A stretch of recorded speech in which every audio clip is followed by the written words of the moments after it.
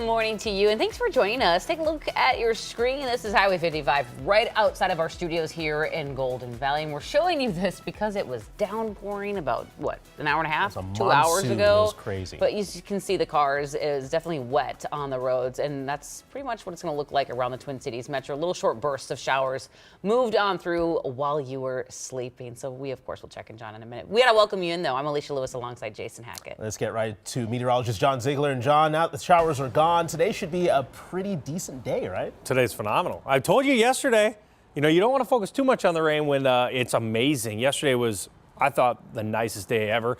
We finally got a Monday where I got to play soccer with 5-year-olds or coach, and it wasn't 20 degrees. That was nice. It is still raining to the north. You got to get through this rain here north. Forest Lake, you guys still got it. These are really little showers. Some of this is moving into Wisconsin as well. These are passing. Once they pass by, you're done. You get 5 minutes today, and that's it. You got this coming into Red Wing here. You can see River Falls, but look how little these are. Let's get up towards back into the metro. You can see White Bear Lake, Circle Pines, Forest Lake. It's going to be a little bit more up towards North Branch, but anything in the metro is done with this. You got to get north of Champlin. And you can see these showers continue. Go up to Mille Lacs, Mora, Onamia, so Mille Lacs, and up towards Brainerd and Bemidji. It will rain a little longer there today, and you're not going to get as warm up there. So we're going to time it all out. I'll show you a future radar, and we'll take a look at your Tuesday highs here in a little bit. How do the roads look, Cece? Good morning. Like John was saying, the rain is fast moving, but it's leaving behind some damp and wet roads, mostly damp. This is in Lexington.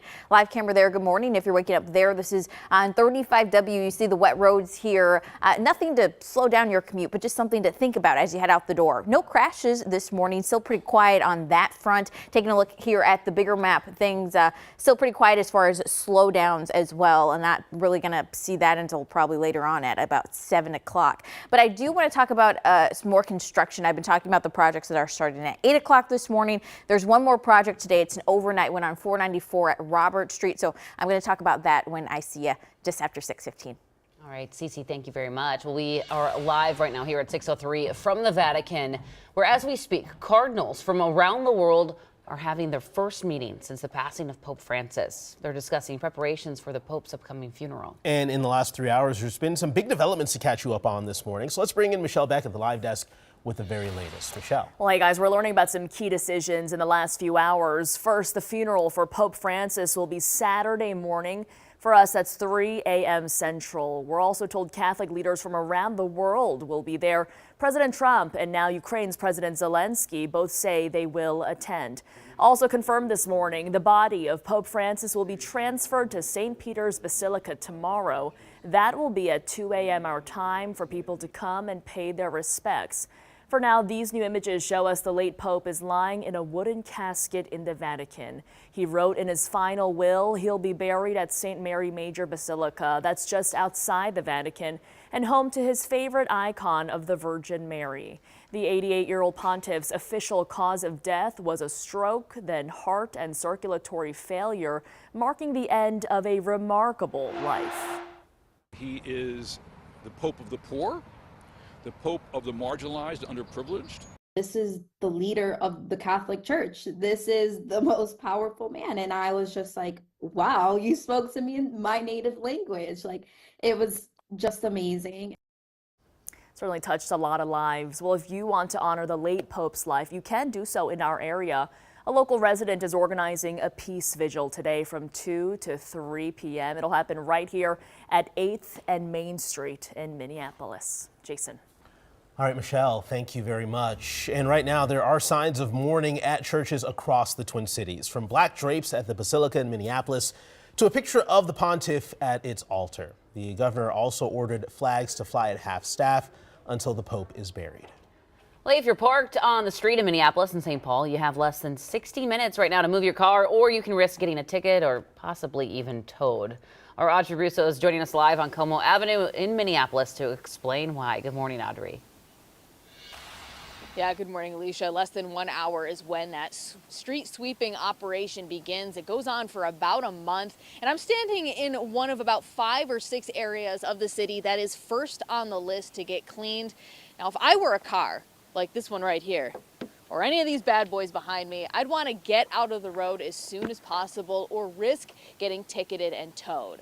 Now, this street sweeping operation happens every spring and every fall, and the goal is to make sure that the streets are clean. More than 1,100 lane miles of roadway are going to get swept during this operation. Now, there's a schedule online that you can look at to see exactly when your street is scheduled to be cleaned. But what's going to be key for you is to keep an eye out for those pink no parking signs. Those are going to go up on streets about 24 hours before the sweeping operation begins. Then from 7 a.m. to 4:30 p.m. that day, you're going to want to make sure your car is off the street or until the signs come down.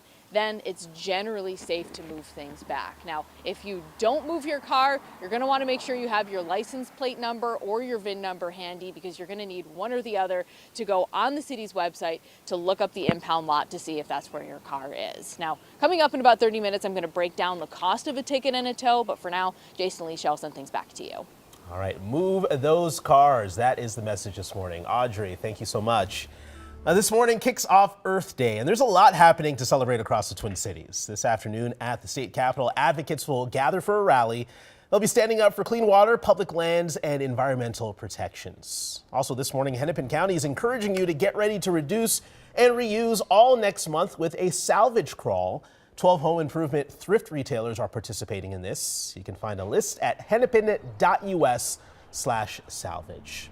And then we're taking you live to the Mall of America right now. They're celebrating Earth Day with their annual Ladybug release at Nickelodeon Universe. So in the next 30 minutes, 144,000 ladybugs will be set free into the plants to serve as a natural That is a bag pesticide. of ladybugs. He's just scooping his hand in Scooping there. it into a cup and getting ready to release them. Awesome. That is awesome, and I've never seen anything like that. That I is also crazy. would low-key be freaking out, like, "Ugh." Yeah. I love ladybugs. Good for you, ladybugs. Thanks Yes. for all the hard work you do, but Not for us, but we hope you thrive there at the Mall of America.